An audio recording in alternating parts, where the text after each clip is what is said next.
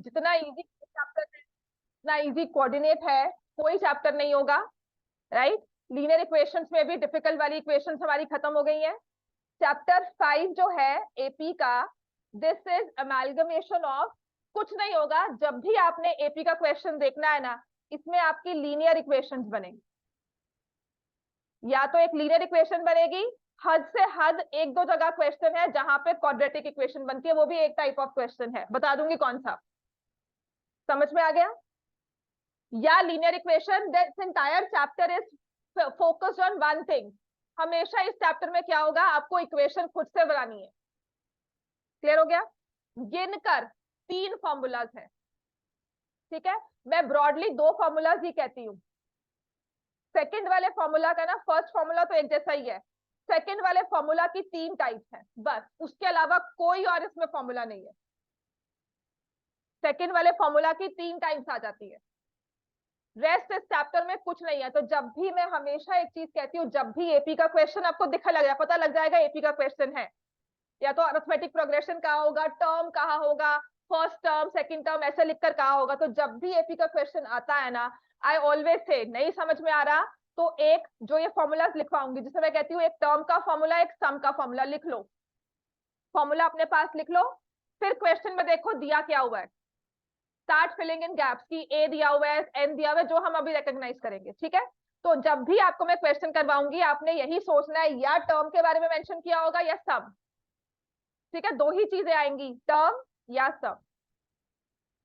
इसके अलावा इस चैप्टर में कोई और क्वेश्चन नहीं बनता, जितना मर्जी कर लो, राइट। अब आता है एपी होता क्या है, what is progression, arithmetic progression.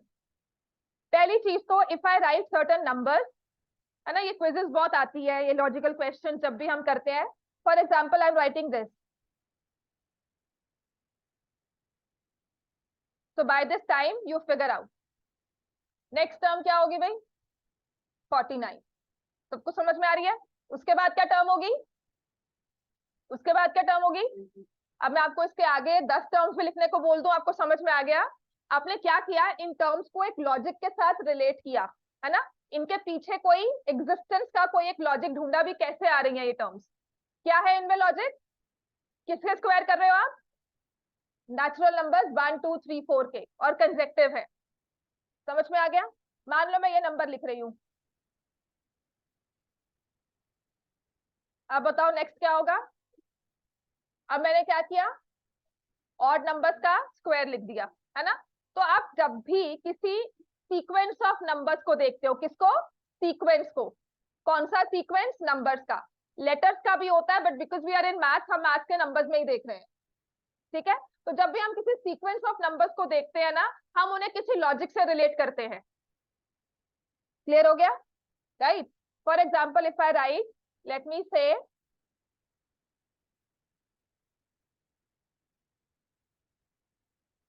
अब बताओ,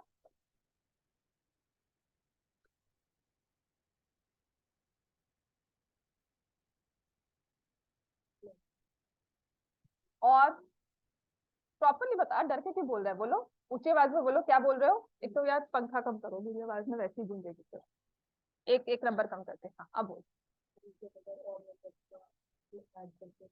अच्छा 3 से ले रहे हैं, इसमें हमने डिफरेंस क्या रखा, 3, इसमें डिफरेंस क्या रखा, 5, इसमें क्या रखा, 7, इसमें क्या रखा, 9, इसमें, और नेक्स्ट डिफरेंस क्या आएगा, 30। This is something you have understood the logic behind this puzzle, है ना। हमें सीक्वेंस ऑफ नंबर्स में पता लग गया कि नहीं जी, हर डिफरेंस जो है ना वो ऑड नंबर्स का डिफरेंस है, कंसेक्टिव वाले का, इसके बाद 15 का होगा, इसके बाद 17 का होगा, सो ऑन, आपने समझ में आ गया, ठीक है ना। आपने सिस्टम एक ढूंढ लिया कि लॉजिक क्या है। नाउ इसके साथ अगर मैं आपको बोलती हूँ कि कितने नंबर्स लिखे मैंने, first second third fourth 5, 6 terms लिखे हैं बिगिनिंग से, है ना। मैं आपको बोलूँ इसके 11th टर्म निकालो, तो आप क्या करोगे, पहले 7वीं लिखोगे, फिर 8th में नंबर कौन सा आएगा, फिर 9th में, फिर 11th तक पहुंचोगे। मान लो मैंने 50th टर्म कह दी, पहले इतने सारे नंबर लिखने पड़ेंगे, फिर 50th तक पहुंचेंगे। तो हम क्या करते हैं मैथ्स में, we try to figure out the logic, हम इसको एक इक्वेशन की फॉर्म में, एक पॉलिनोमियल की फॉर्म में लिखते हैं, समझ में आ गया। Polynomial we understand in terms of X and Y, किसी एक्सप्रेशन की, एल्जेब्रिक एक्सप्रेशन की फॉर्म में लिखते हैं। क्लियर हो गया। अच्छा चलो अब मैं मान लो क्योंकि मुझे पूछा गया था क्वेश्चन जब हमने एपीसी की थी कि अगर मुझे इनके साथ नंबर्स देखने हैं, मतलब I have to figure out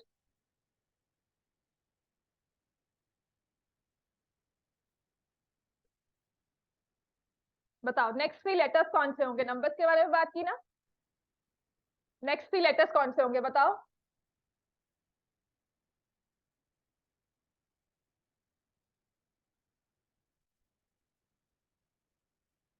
अब हम क्या करते हैं, वी ट्राई टू, अच्छा हम we try to look out the logic behind this. अच्छा लॉजिक किस लॉजिक से,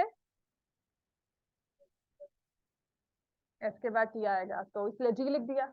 अच्छा ई, एनी अदर थिंग, ई आएगा। ई कैसे, हाँ एफ से पहले ई आता है। अच्छा इसके बाद क्या आएगा, अच्छा मान ले मैंने माना ठीक है यहाँ पे ई आएगा, इसके बाद क्या आएगा, ई नहीं। नाउ दिस इज समथिंग, हम इसके पीछे का लॉजिक ढूंढते हैं। लेटर्स है, मैंने कुछ नहीं लिखा है।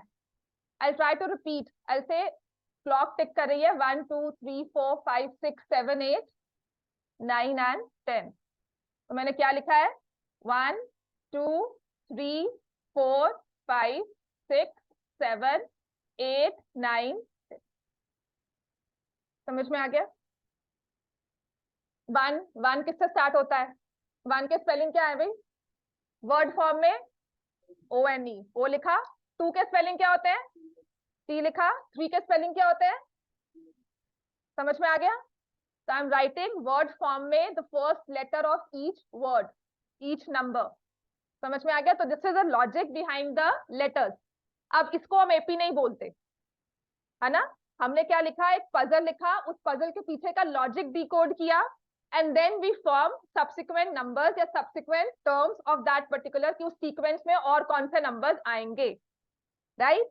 अब जब भी किसी सीक्वेंस ऑफ नंबर्स को हम रिलेट करते हैं, फॉर एग्जांपल मैंने कहा सीक्वेंस ऑफ नंबर्स लिखा, उनके पीछे का लॉजिक है, उनके पीछे कोई ना कोई रूल है। ऐसे नहीं मैंने रैंडमली नंबर्स लिखा और बोलो कि नेक्स्ट नंबर्स लिखो मेरी मर्जी, ऐसा नहीं है, ठीक है। जैसे कि होता है इररेशनल नंबर्स में, याद है ना इररेशनल नंबर्स कौन से होते हैं, which decimal form, which does not repeat, does not form a pattern, ऐसा कुछ नहीं होता उनमें, है ना, एंड नेवर एंड। तो मैंने नंबर लिखा 1 2 3 4 5 9 8 3 और मैं कहती हूँ इररेशनल नंबर है जी, आगे बताओ। और मैं कोशिश करूंगी कि जो एक बच्चा लिख रहा है बाकी भी वही लिखे, नहीं है ना कोई लॉजिक इसके पीछे। मैंने कैसे नंबर्स लिखे हैं, नो आइडिया। तो ऐसे हम नंबर्स को, ऐसे हम जब इकट्ठा हमने नंबर्स लिखा हो तो उनको हम सीक्वेंस नहीं कहते। सीक्वेंस वो होता है जब नंबर्स को हम किसी रिलेशन के साथ लिखते हैं इकट्ठा, उनमें कोई ना कोई लॉजिक है। जैसे मैंने स्क्वायर्स लिखे, क्यूब्स लिखे, squares plus 1, cubes plus 1। Basically तो जो मैंने ये लिखा था ना 2 5 10, देन इट वाज 17, देन 26 37। तो मैंने कुछ नहीं किया था, 1 square plus 1, 2 square plus 1, 3 square plus 1, 4 square 1, 5 square 1 and 6 square plus 1। तो अगर मैं आपसे पूछती हूँ 50th टर्म कौन सी होगी, तो आप क्या करोगे, फर्स्ट टर्म में 1 को लिया, सेकेंड टर्म में 2 को लिया, थर्ड टर्म में 3 को लिया। तो मैं 50th टर्म में क्या करूंगी, 50 का स्क्वायर करके 1 ऐड करूंगी। समझ में आ गई बात ये, ठीक है ना। और जब भी किसी हम नंबर्स को एक सीक्वेंस के अकॉर्डिंगली लिखेंगे, किसी लॉजिक के अकॉर्डिंग लिखेंगे, तो उसको बोलेंगे sequence, sequence of numbers. Mathematical की मैथ्स की टेक्निकल लैंग्वेज में सीक्वेंस क्या होता है, किसी लॉजिक के साथ लिखे हुए नंबर्स, ठीक है। अब वो सीक्वेंस एपी कब बनता है, ठीक है। सबसे बेसिक वाला सीक्वेंस होता है when that sequence becomes an AP. Now as the name says arithmetic progression. Arithmetic होता है जब हम प्लस माइनस सीखते हैं, ठीक है ना। एलजेब्रा कौन सी वाली मैथ्स होती है जिसमें एक्स वाई जेड आता है। ज्योमेट्री कौन सी होती है जिसमें शेप्स आती हैं, ट्रायंगल सर्कल्स ये सब आते हैं, ठीक हो गया। तो अरिथमेटिक जब आप प्लस माइनस सीखते हो, रैशनल नंबर्स का प्लस माइनस सीखा, that was part of your arithmetic. समझ में आ गई इतनी चीज। तो अरिथमेटिक मतलब एक सिंपल प्लस माइनस से नंबर्स इंक्रीज हो रहे हैं। फॉर एग्जांपल बिल्कुल बेसिक से मैंने लिखा 1 3 5 7 9 11, 13। अब बताओ मैंने क्या लिखे हैं, सारे ऑड नंबर्स, ठीक है। तो इन नंबर्स को हम अरिथमेटिक प्रोग्रेशन क्यों कहते हैं, इन नंबर्स को लिखा, या फिर लेट मी से 2, 5, 8, 11, 14, 17, 20। अब बताओ मैंने क्यों लिखे हैं नंबर्स ये, इनमें डिफरेंस क्या है, जैसे पहले आपने डिफरेंस चेक किया था, अब भी डिफरेंस कितना है इनमें, 3 का, ठीक है। तो जब सीक्वेंस की कंसेक्टिव टर्म्स, मैं आपको ये नहीं कह रही 2 और 8 का डिफरेंस देखो या 2 और 14 का डिफरेंस देखो, हम हमेशा कंसेक्टिव टर्म्स का डिफरेंस देखते हैं।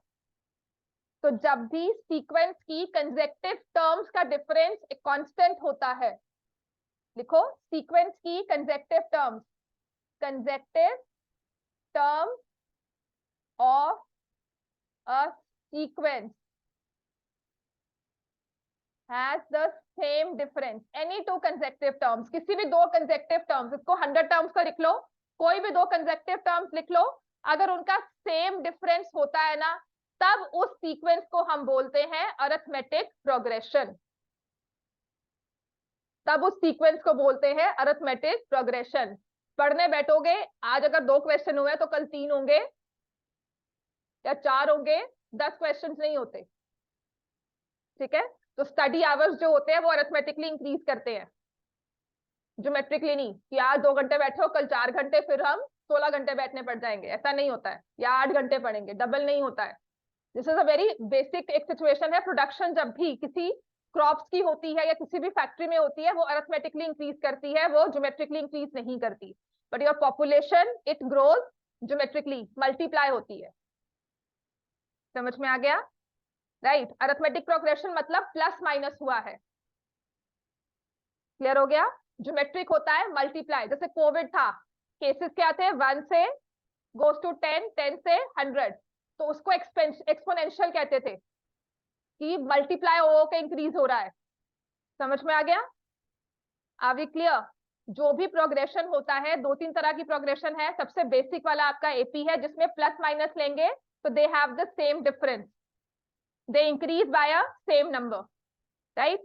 तो अब आते हैं, जब मैंने ये एपी लिखी, इस एपी के जो ये नंबर्स है ना 2, 5, 8, 11, इनको हमने बोला टर्म्स ऑफ एपी, ठीक हो गया। अब इस एपी को मैं इसी ऑर्डर में लिखूंगी ना, मेरे पास अगर आपको ये नंबर्स दिए 2, 5, 8, 11, मान लो मैंने कटिंग्स करके आपको नंबर दिए, आपको एपी फॉर्म करनी है, तो कैन यू से कि ऐसे लिख दो जी 2, 8, 5, फिर मैंने 14 लिख दिया, फिर मुझे 11 मिला, मैंने नेवर लिख दिया, अब मैंने कहा 17 लिख दिया, है तो वही नंबर, पर मैंने इसको अरेंज डिफरेंट वे से कर दिया। तो क्या मैं इसको एपी बोल सकती हूँ, नहीं ना। तो इसका मतलब एपी की टर्म्स की पोजीशन बहुत मैटर करती है, जो फर्स्ट टर्म है, जो पहली प्लेस पे आया है वो वही रहे, सेकंड वाला वही रहे, थर्ड वाला वही रहे, मैटर करता है ना। तो इसीलिए टर्म्स ऑफ एपी कहा जाता है, और फिर कहा जाता है terms at a particular place, कौन सी प्लेस पे कौन सी टर्म है, समझ में आ गया, राइट। नेक्स्ट, जो हमने ये कांस्टेंट डिफरेंस लिया है, जो भी कंसेक्टिव डिफरेंस, कंसेक्टिव टर्म्स का डिफरेंस लिया है, इसको हम बोलते हैं कॉमन डिफरेंस,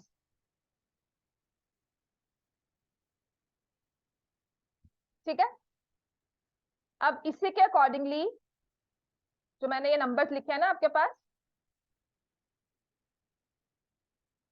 इसी के साथ स्टडी करते हैं। नंबर 2 कौन सी प्लेस पे है, सबसे पहली टर्म है, तो इसको हम बोलते हैं first term,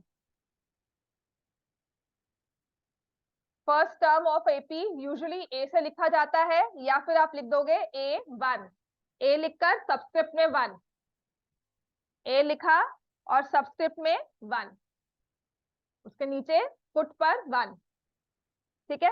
and usually terms of AP को स्मॉल लेटर लोअर केस ए से शो करेंगे, समझ में आ गया। ये हमारे जो बेसिक हमारी जो सिंबल्स यूज हो रहे हैं एपी में वो है, आपको हर जगह यही दिखेगा, ए शो करते हैं फर्स्ट टर्म। अब 5 कौन सी प्लेस पे है, सेकंड, तो इसको हम बोलते हैं सेकंड टर्म, A2, ए लिखा सबस्क्रिप्ट में 2, तो 8 को क्या लिखेंगे, A3, 11 को क्या लिखेंगे, A4, 14 को A5, A6, A7, so on. Clear हो गया? तो टर्म्स ऑफ एपी को किस नंबर से किस तरह से शो करते हैं वो समझ में आ गया, A1, A2, A3। तो इन जनरल अगर मुझे किसी बताना है कि एपी की टर्म है कौन सी, वो मुझे नहीं पता, इन जनरल कोई भी टर्म, तो उसे हम लिखते हैं AN। समझ में आ गया? लिखो हमारा नेक्स्ट जो इसमें आएगा, general term of an AP, A और सबस्क्रिप्ट में लिखा जाता है N। समझ में आ गई? ये आपको चीजें ना बहुत बार दिखेंगी, और कॉमन डिफरेंस को ना आप यूज करते हो डी के साथ। कॉमन डिफरेंस को हम यूजुअली शो करते हैं with letter D. Common difference is D, terms of AP. अब कौन सी वाली एपी की कौन सी टर्म के बारे में बात कर रही हूँ, मैंने कहा 50th टर्म निकालो, तो मैं किसकी बात कर रही हूँ, A50। अगर मैं कह रही हूँ 98 टर्म कौन सी है, तो I am talking about A98। समझ में आ गया? पोजीशन मैटर करती है, you can not randomly take the terms. मैंने आपको ब्लॉक्स दे दिए, 2, 5 पर्चियां लिखकर दे दी, और मैं कहती हूँ अब इनको निकालो, तो आप जब निकालोगे आप इन्हें अरेंज करोगे, अरेंजमेंट मैटर्स। समझ में आ गया इतना? अब आते हैं इस फर्स्ट टर्म को, हम जो बेसिक फॉर्मूला मैं अभी सिखाई दूंगी, उसके बाद फिर हम बुक की एक्सरसाइज स्टार्ट करेंगे। ठीक है? अब ये ना एपी लिखो अपने नोटबुक्स में सब। 2 देखो, चलो 2, 5, 8, 11, 14, 17, 20, 23। अच्छा, अगर मैं कहूँ इसके टर्म्स लिखते रहो, तो कोई स्टॉप लगता है? कितने टर्म्स लिखोगे? मैं कहूँगी आगे लिखो, तो आप मुझे पूछोगे मैम कितनी, है ना? मैं कहूँ नहीं, लिखते रहो। तो अगर किसी एपी की टर्म्स डिफाइन नहीं है, मैंने ये डॉट लगा दिए 3, तो उसे हम बोलते हैं इनफाइनाइट एपी। और कभी कभी मैंने कह दिया नहीं 50 टर्म्स तक लिख दो, मैंने लिमिट लगा दी, देन वी से finite AP. Number of terms नहीं दी हुई, इनफाइनाइट, चलते जाओ, बढ़ते जाओ। ठीक है? लेकिन जब मैंने कहा नहीं नहीं 50 टर्म्स लिख लो भाई, बस बहुत है, तो आपने क्या कहा, वो फाइनाइट एपी। बस एक कहने की बात है, sometimes they side use these terms question में और समझ नहीं आता क्या लिखे। क्लियर हो गया इतना? तो जब भी हम ए एन की बात करते हैं ना, वो फाइनाइट एपी होता है। और अगर ऐसा डॉट लिखा हो, इसका मतलब ये आगे बढ़ती जा रही है, so on it will continue with the same pattern, with the same logic as before, right? इसको मैंने कहा फर्स्ट टर्म A1, है ना? अब मैं पूछती हूँ बैठो बेटा, मुझे बताओ इसमें ना 98 टर्म कौन सी होगी? And seriously I had this student from Satpal, उसको एपी इतनी समझ नहीं आई थी, आईसीएससी का बच्चा था, उसको क्वेश्चन आया, एपी की 3 टर्म्स लिखी थी कुछ कुछ लॉजिक से निकालकर, उसको ना 16th टर्म लिखनी थी। That girl what she did, actually उसने पेपर शो किया था मुझे, उसने 15 टर्म्स कैलकुलेट की और कहा 16th ये है। टीचर गेव हर मार्क्स, उसको 1 नंबर दे दिया, 3 नंबर का क्वेश्चन था, पर स्टिल उसे कहा कि नहीं मिलेंगे, आपने 16th टर्म का फॉर्मूला ही लिखना है। समझ में आ गया? तो अगर मैं आपको 98th टर्म लिखती हूँ, आप लगा सकते हो, कैलकुलेशन करनी शुरू कर दो, 1, 2, 3, 4, इसके बाद लिखो कौन सी टर्म आएगी, 27, उसके बाद लिख दो 26, उसके बाद लिख दो 29, और इन बिटवीन जैसे मैंने अभी गलती की, कैलकुलेशन में गलती कर दी तो गए। समझ में आ गया? तो ऐसे हम निकाल सकते हैं A98, but I need to find some logic कि मैं डायरेक्टली निकालू, मुझे ऐसे नंबर्स ना लिखने पड़े। क्लियर हो गया? तो उसके लिए हम क्या करते हैं, अभी ऑब्जर्व द पैटर्न। A1 था, फर्स्ट टर्म थी 2, सेकेंड टर्म मैंने कैसे निकाला, 2 में क्या ऐड किया, 3। समझ में आया? थर्ड टर्म के लिए मैंने 5 में क्या ऐड किया, 3। क्लियर हो गया? और ये 5 कैसे बना था, 2 + 3 + 3। समझ में आया? 5 कैसे बना था, 2 + 3 + 3। अब A4 में क्या होगा, 11 आया। 11 कैसे आया, 8 में 3 ऐड किया, या 5 में 6 ऐड किया, या 2 में 9 ऐड किया। तो I am writing it as, इस चीज को लिख लो, यही आपका लॉजिक है एपी को समझने का। फर्स्ट टर्म में को फिक्स कर दिया कि यहां से स्टार्टिंग पॉइंट है, सेकेंड टर्म के लिए मैंने देखा डिफरेंस इज 3, उसे ऐड कर दिया। थर्ड टर्म के लिए मैंने देखा डिफरेंस 2 बार ऐड हुआ है, वही सेम नंबर 2 बार ऐड हुआ है। फोर्थ टर्म में वही डिफरेंस 3 बार ऐड हुआ है। ठीक है, तो अगर मैं ये बोल रही हूं और मैं आपको कह रही हूँ फिफ्थ टर्म निकालो, तो डिफरेंस कितनी बार ऐड करोगे? समझ में आ गया? अच्छा, सिक्स टर्म में 2 में नंबर 3 जो ये डिफरेंस है कितनी बार ऐड होगा? बस यही एक लॉजिक है एपी की, फॉर्मूला यहीं से बन जाता है ना। मैंने थर्ड टर्म में डिफरेंस ऐड किया 2 बार, फोर्थ टर्म में डिफरेंस ऐड किया 3 बार, 5 टर्म्स में डिफरेंस ऐड हुआ 4, 4 is 5 minus 1, place value 5, difference add हुआ 4 बार, प्लेस वैल्यू 6, डिफरेंस ऐड हुआ 5 बार। तो अगर मैंने कहा ए एन, तो फर्स्ट टर्म तो मेरे पास है, कॉमन डिफरेंस कितनी बार ऐड होगा? n-1, और ये ही एक फॉर्मूला है, फर्स्ट फॉर्मूला एपी का, जो हर बार यूज होगा। कोई भी क्वेश्चन है नहीं समझ में आता ना, write this formula, try to figure out A क्या है, एन क्या है, डी क्या है, कुछ ना कुछ तो बन जाती है इक्वेशन। समझ में आ गया? A N is equal to A plus n-1 D, this is the first formula. इसके अलावा मैं कुछ नहीं करवाने वाली आज एपी में। अब बुक निकालो अपनी, take out your book, first exercise.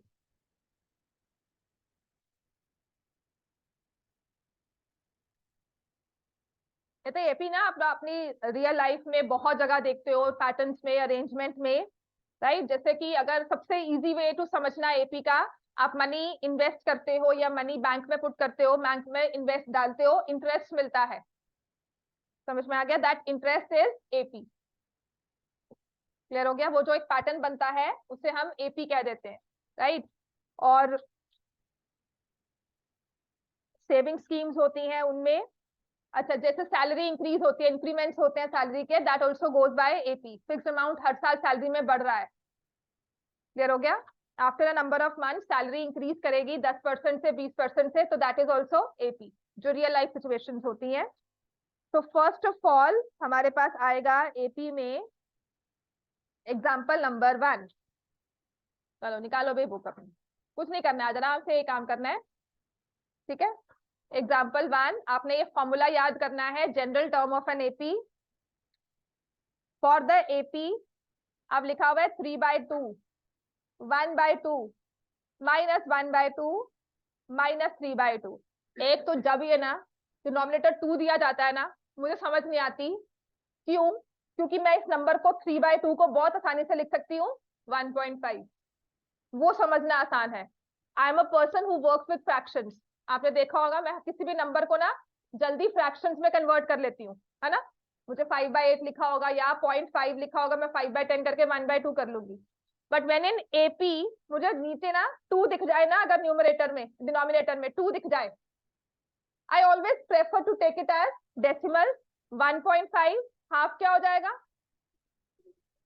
-1.2, 1/2 क्या हो जाएगा, और ये क्या आ जाएगा।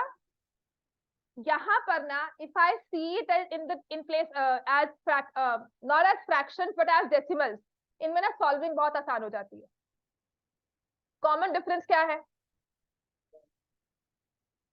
ठीक है, अब आते हैं हम कैसे निकालेंगे। मुझे एपी दी हुई है ना, एपी कहा हुआ है कि फॉर द एपी लिखा हुआ है ना, फॉर द एपी मतलब एपी तो बन रही है, वो मेरा काम नहीं है एपी बन रही है कि नहीं बन रही, दिया हुआ AP. 3/2 is the first term.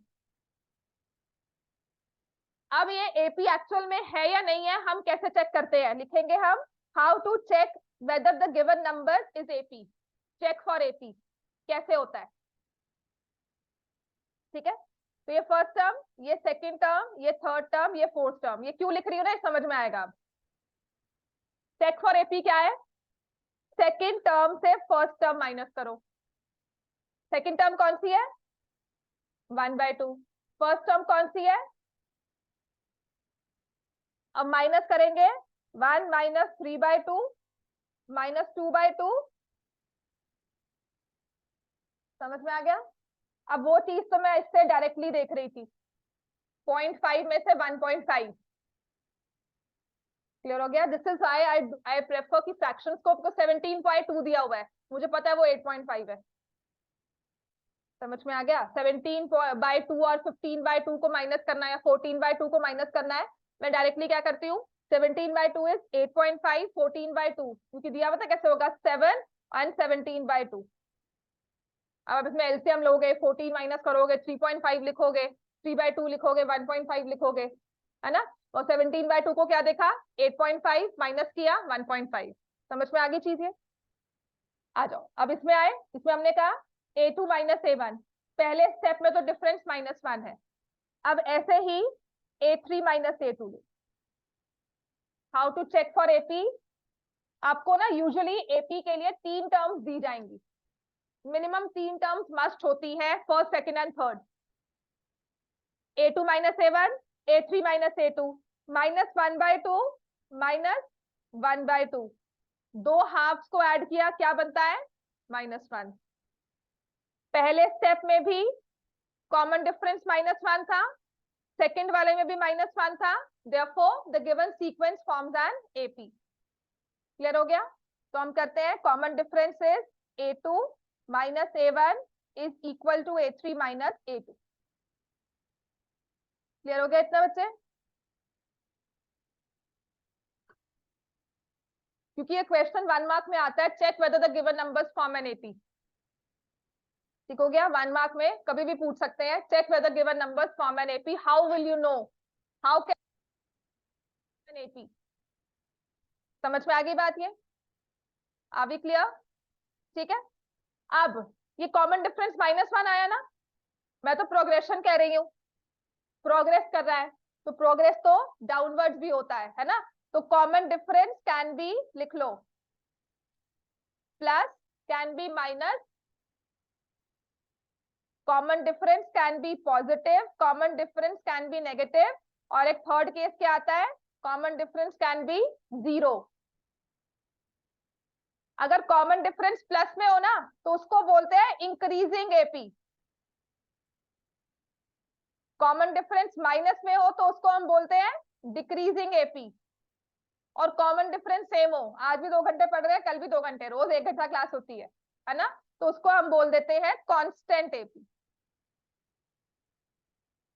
Sometimes they ask you whether these numbers form an AP, yes they form an AP, the common difference is 0, this is a constant AP। Clear हो गया इतना? अब क्वेश्चन पे आओ, right the first term हमने लिख दी, first term is, हाँ जी, first term 3/2, ठीक है, and the common difference d, d कितना आ गया, -1। अब आते हैं एग्जाम्पल नंबर 2, इस चैप्टर में कुछ भी डिलीट नहीं हुआ है आपका, जितना पहले था उतना ही अब है। एग्जाम्पल 2 में कहा है, which of the following list of numbers form an AP, and if they form an AP write the next 2 terms। पहला मुझे दिया हुआ है 4, 10, 16, 22 so on, they form an AP। क्या चेक करोगे, 10 में से 4 माइनस किया, लिखो 10 माइनस 4, since A3 लिखो, A2 is 10, A1 is 4, A2 minus A1, 10 minus 4, A3 is 16, A3 minus A2, 16 minus 10,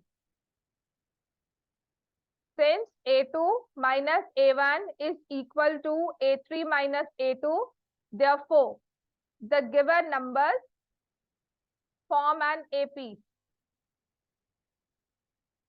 the given numbers form an AP। next 2 terms क्या आ जाएंगी, 28 and 34। Clear हो गया इतना? अभी इनिशियली ना एक हफ्ता ये लिखने की आदत डाल लेना, A2 minus A1, A3 minus A2, क्यों? क्योंकि प्लस में डिफरेंस है या माइनस में डिफरेंस है बहुत मैटर करता है पूरा। ठीक है, नेक्स्ट आ जाओ सेकंड पार्ट इसका, 1 -1 -3 -5। दर्पण और नव्या समझ में आ रहा है? Yes ma'am. Yes ma'am. ये A1 A2 A3। A2 -A1 -1 -1 कितना आया? -2। A3 -A2 -3 माइनस ऑफ -1 कितना आ जाएगा? समझ में आ गई बात? ये हमने इन दोनों का डिफरेंस देखा और इन दोनों का डिफरेंस देखा। तो since A3 minus A2 is equal to A2 minus A1, therefore the given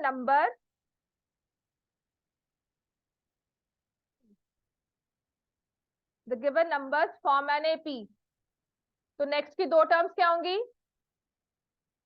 -5 में क्या ऐड करना है? -2 कितना आ जाएगा? फिर क्या आएगा? ठीक है, थर्ड पार्ट।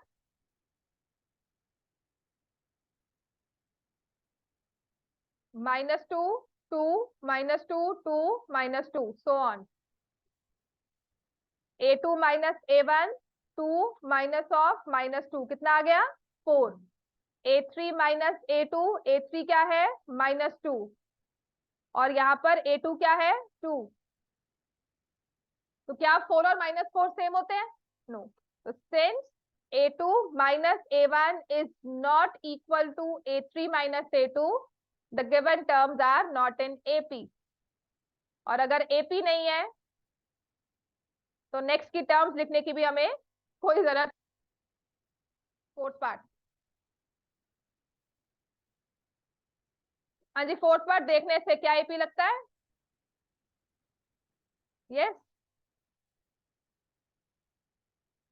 इनमें डिफरेंस कितना है?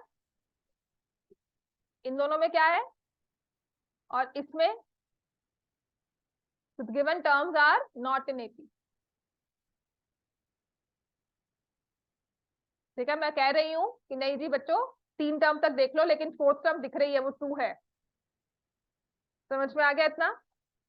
फोर्थ टर्म आपको डायरेक्टली दिख रही है, वो 2, उनमें डिफरेंस 1 का हो गया। फिर यहाँ पर डिफरेंस कितना हो गया? 0। फिर यहाँ डिफरेंस कितना हो गया? 0। क्लियर हो गया इतना?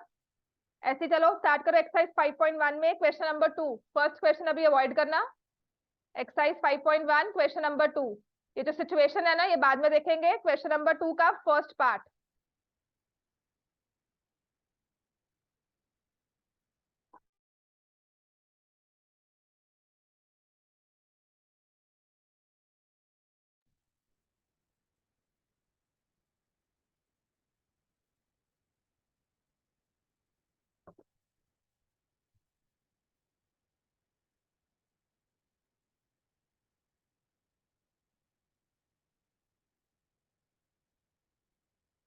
Write the first 4 terms of an AP where the first term A and common difference D are given as follows। पहले की 4 टर्म्स लिखनी है। फर्स्ट टर्म क्या है? कॉमन डिफरेंस कितना है? तो नेक्स्ट टर्म क्या होगी? नेक्स्ट क्या होगी? नेक्स्ट क्या होगी? सेकेंड में -2 और 0। First term is -2, common difference is 0, तो क्या लिखोगे? -2 -2 -2 -2। चार। क्वेश्चन नंबर इसका थर्ड पार्ट। फर्स्ट टर्म क्या है? 4। फिर क्या करोगे? कॉमन डिफरेंस कितना दिया हुआ है? -3। तो फिर हम क्या लिखेंगे? 4 -3। अब 1 आ गया। 1 -3 कितना होगा? फिर -2 -3 कितना होगा? समझ में आ गया? अगर ये ओरली नहीं सॉल्व होता तो प्लीज इसे लिखकर सॉल्व कर लेना, पर अभी का इनिशियल लिखा हुआ ना, आफ्टर अ मंथ आपको जरूरत नहीं पड़ेगी लिखने की। क्लियर हो गया? इनिशियली पढ़ता है कि नहीं इसे लिखना है 4 4 -3 1 देन 2 -3 -5।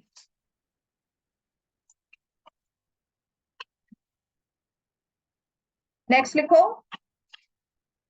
फोर्थ पार्ट स्टार्ट करो।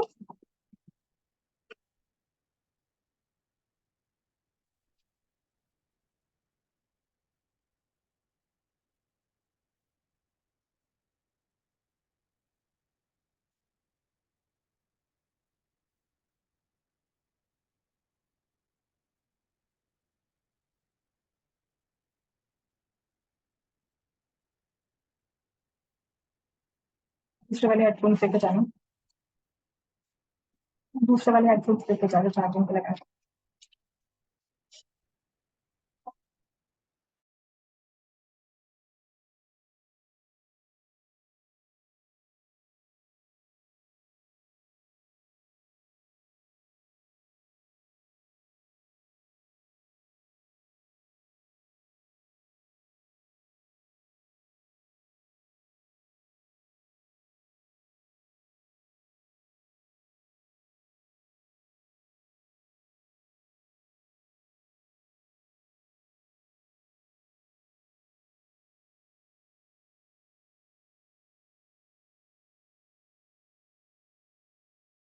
In this question you'll understand, मैंने आपको कॉमन डिफरेंस 1/2 कहा ना, तो इस 1/2 का जब फ्रैक्शन सॉल्व करने से अच्छा है इसको क्या ले लो 0.5।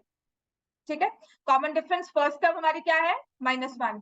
अब क्या करेंगे -1 प्लस 0.5 क्या हो जाएगा -0.5, जिसे आप लिख सकते हो 1/2। तेरे फोन से कनेक्टेड थे, अपना ब्लूटूथ ऑफ करना।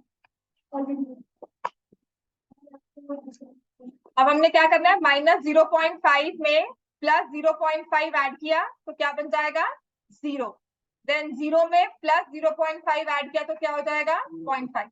Right, so in a way I understand it better, मुझे थोड़ा इजी लगता है ऐसे करना। In case you also find it useful वैसे लिख लेना इसको, और बाद में you can always convert it to fractions -1/2 0 and then 1/।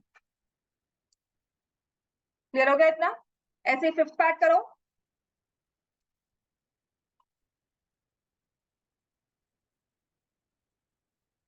करो fifth part start.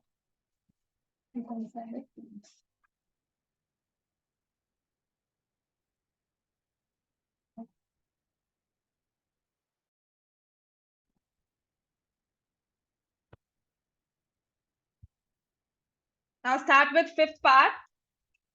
A is equal to -1.25, B is equal to -0.25. A is -1.25, B is -0.25. अब दोनों नंबर डेसिमल्स में है। -1.25 -1.25 -0.25 कितना आ जाएगा -1.5। नेक्स्ट क्या होगा -1.75। नेक्स्ट क्या हो जाएगा -2।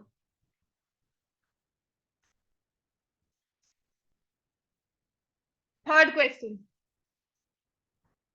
पहली एक्सरसाइज यही है और ये बहुत इंपॉर्टेंट है। As a student I used to wonder इतना इजी क्यों दिया हुआ है। पता तो लग रहा है एपी या नेक्स्ट टर्म्स निकालनी क्यों मुश्किल लग रही है, यही समझ नहीं आता और इसके बाद फिर आगे एक्सरसाइज भी समझ नहीं आती। थर्ड क्वेश्चन में दिया हुआ है 3 1 -1 -3 फॉर द फॉलोइंग एपीज, मतलब एपी तो है, we have to find the first term and the common difference. तो फर्स्ट टर्म क्या है 3, कॉमन डिफरेंस क्या लिखेंगे 1 -3 -2, और वो चेक भी कर लो -1 -1 फिर से -2। क्लियर हो गया इतना? लिखा हुआ एपी है तो मैंने ये नहीं कहा कि चेक करना है, थर्ड और सेकंड माइनस नहीं किया, बट रैंडमली कोई भी दो टर्म्स लेकर माइनस कर लो, दो कंसेक्टिव टर्म्स, कि वो डिफरेंस हमने सही निकाला है कि नहीं। राइट, नेक्स्ट थर्ड का second part -5 -1 3 and 7. So what is the first term? What is the first term? -5. Common difference क्या लिखेंगे -1 माइनस करना है -5, तो क्या हो जाएगा -1 + 5।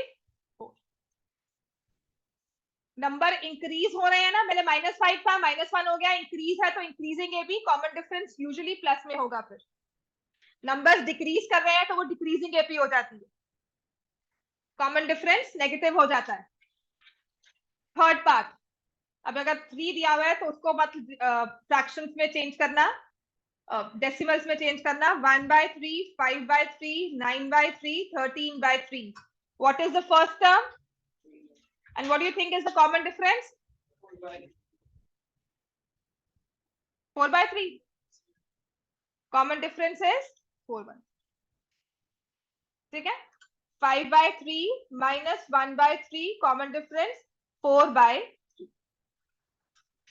fourth part, 0.6, 1.7, 2.8, 3.9. What is the first term? What is the common difference? 1.7 में से 0.6 निकाला, 1.1. Question number 4. अब इसमें से कुछ पार्ट्स हैं जो बहुत इंपॉर्टेंट है, जो पेपर में आते भी हैं, और कुछ एग्जाम्पलर में 2-3 पार्ट्स दिए हुए हैं जो एक्चुअल पेपर में आएंगे. Which of the following are AP? And if they form an AP, find the common difference and write the 3 more terms. Next 3 terms हमें लिखनी है. फर्स्ट मुझे दिया हुआ है 2, 4, 8, 16. देखने में लगते हैं, पता है मुझे नेक्स्ट नंबर कौन सा आएगा, 32. फिर मुझे पता है 64 आएगा, पर क्या ये AP बनाते हैं? इसके लिए मैं क्या करूंगी? 4 - 2 is 2. 8 - 4 कितना होता है? पहले ही 2 कॉमन डिफरेंस सेम नहीं है, तो therefore they do not form AP. बस काम खत्म. जब AP फॉर्म नहीं होता तो क्या फर्स्ट टर्म, क्या common difference? They do not form an AP. Second part. 2, 5/2, 3, 7/2. अब यहाँ पर ना मुझे फ्रैक्शंस में कन्वर्ट करना थोड़ा सा ना आसान लगता है. 2 है, 5/2 को क्या लिखोगे? 3 को 3, 7/2 को क्या AP बनती है? ठीक है ना. तो यहाँ पर I prefer not working in fractions, but I take decimals में उसको कन्वर्ट करके, क्योंकि 2 दिया हुआ है. So I'll write 2.5 - 2 is 3 - 2.5, which is 0.5. The common difference is same. ठीक है. Therefore it forms an AP. First term क्या है उसकी? 2. Common difference क्या है? 0.5, जिसे आप 1/2 भी लिख सकते हो. क्लियर हो गया. और उसने कहा है 3 और टर्म्स लिखो. 4, 4.5 एंड, तो आप लिख सकते हो 4, 9/2. Next 3 terms 4. अच्छा, अब ऐसा मत करना कि उसने कहा है ना राइट एनी 3 टर्म्स, राइट 3 मोर टर्म्स. तो मैंने 4 लिखा, फिर 5 लिख दिया, फिर 7 लिख दिया. 3 कंसेक्टिव टर्म्स ही लिखनी है, और नेक्स्ट की 3 टर्म्स लिख दो. सेफ प्ले है. समझ में आ गया. नेक्स्ट आ जाओ, थर्ड पार्ट.